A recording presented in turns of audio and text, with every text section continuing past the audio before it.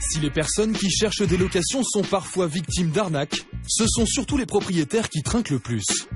Victimes de constructeurs véreux ou incompétents, ils voient s'envoler l'épargne de toute une vie.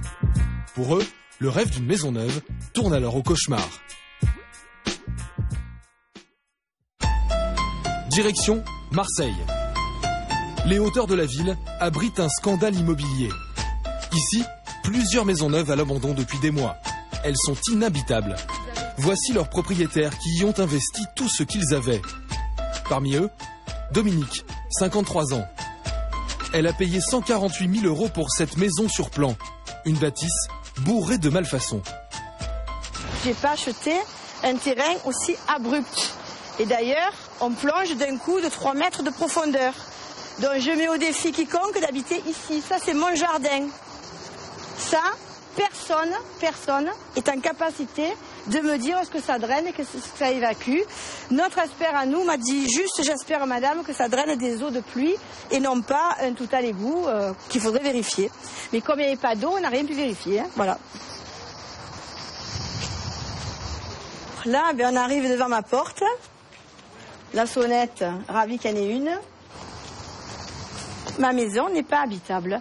On n'a pas d'eau, pas d'électricité et pas d'assainissement. Pour moi, c'est un Kinder Surprise. C'est un rêve inaccessible au jour d'aujourd'hui, qui me coûte très cher, puisque moi, j'amortis mon crédit à raison de 1 000 € par mois depuis 5 ans maintenant, et que je n'en rêve plus. Je n'en rêve plus. Dominique a acheté sa maison sur catalogue. Voilà à quoi devrait ressembler le lotissement. 40 villas privées, avec pour chacune un jardin de plus de 200 mètres carrés. Un rêve au milieu de la lavande que partageaient Thierry et Carole. Oh, regarde ce qui s'est passé. Ah ouais. Normal ça? Non, c'est pas normal. C'est normal. Ils ont fait une petite dalle sur de la terre. Et quand il a plu, la terre elle s'est tassée. Et la dalle, vu qu'elle n'est pas ancrée, elle n'est pas accrochée à la façade de la maison, elle est descendue en même temps que la terre. Parce que si on gratte, c'est même pas du ballast, c'est de la terre qu'ils ont mis. C'est pas normal que ça travaille comme ça, c'est descendu de 2-3 cm. On est content. Thierry espérait y voir grandir sa fille. On avait pris ça, la petite elle a 16 ans, on avait pris ça il y a 6 ans en arrière, elle avait donc 10 ans. On s'est dit comme ça, elle grandit dans un lotissement, elle va faire du vélo avec ses collègues. Elle a 16 ans aujourd'hui, on n'y est pas encore. Elle est en train de passer le permis là. Et vous y croyez encore, vous, qu'un jour vous aurez votre maison? Ouais, j'y crois, parce qu'on est obligé d'y croire. Si on n'y croit pas, il vaut mieux se tirer une balle là. Parce que j'ai mis 110 000 €, plus le crédit, on est à la cave là. Thierry et les autres victimes de ce scandale ont déboursé en tout 4 millions d'euros pour financer l'ensemble du projet immobilier. Depuis 3 ans, ils sont sans nouvelles du promoteur, un Hollandais. L'homme aurait abandonné le chantier. D'après les victimes, il aurait encore des bureaux sur Marseille. Son agence est-elle encore active? Nous avons voulu en avoir le cœur net. À notre arrivée, nous tombons sur une ancienne salariée de la société. Il n'y a plus de secrétaire. Il ne reste qu'un seul responsable technique qui n'est pas là tous les jours. Et aujourd'hui, il n'est pas là. Et moi, je suis l'ancienne secrétaire de travail. Les bureaux sont vides. Et ici non plus, le promoteur n'a pas donné signe de vie. C'est étonnant qu'un gérant ne soit jamais sur une... Lui, si vous voulez, il avait, je crois, 4 ou 5 agences en France. Et jamais il s'en occupait. On ne peut pas le trouver? Non, jamais. Mais je suis resté 6 ans, je l'ai vu 2 fois. Il habite encore. Et il se cache, en fait il... Non, c'est quelqu'un qui est très friqué, c'est de ses soucis, quoi. Les victimes de ce scandale immobilier ont déposé plainte contre le promoteur, mais aussi contre l'assureur qui n'a pas encore garanti la fin des travaux. Pour surmonter cette épreuve, Dominique a créé une association de victimes. Bonjour messieurs. Bonjour. Bonjour. Ça va et toi? Allez-y, là. On a acheté la villa pour toi. Et quand tu auras 25 ans, on l'aura. Aujourd'hui, ils se réunissent pour tenter d'obtenir réparation. Ils en ont gros sur le cœur. autour de cette table, c'est le combat de notre vie. On n'a jamais eu à faire la justice, nous. On ne sait pas ce que c'est la justice.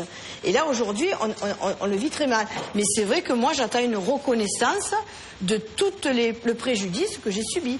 Moi, j'estime qu'il m'a tué 7 ans de ma vie.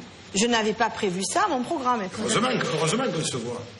Parce que si on ne se voit pas, qu'on n'en parle pas, qu'on garde tout pour nous, c'est difficile. C'est pas évident, hein. Je ne connais pas. Je commence à 4h du matin, je finis à 6h du soir. Pour rembourser cette merde là. Et j'habite pas encore là. Arrêtez. Comment voulez-vous qu'on vive avec ça? C'est pas possible. On est issus de milieux modestes. On n'a pas d'argent, on n'a plus rien. On nous a volé, on nous a tout pris. On part plus en vacances, nos enfants ils restent ici parce qu'on n'a pas les moyens de les faire partir. Nos maisons elles sont bloquées. On a les crédits plus les loyers quoi. On s'en sort plus. Ça fait 4 ans comme ça, quoi, ça commence à être dur. Les projets d'enfants, les projets de... Tout s'est envolé. On n'a plus de projet d'enfants. Le temps passe, je vieillis, je voulais des enfants, je peux plus en faire. Pourquoi? Parce qu'on m'a volé 4 ans. Hossein fait partie des plus mal lotis. Il n'a carrément plus de maison. Lors d'un premier jugement, l'expert a reconnu les nombreuses malfaçons sur sa bâtisse.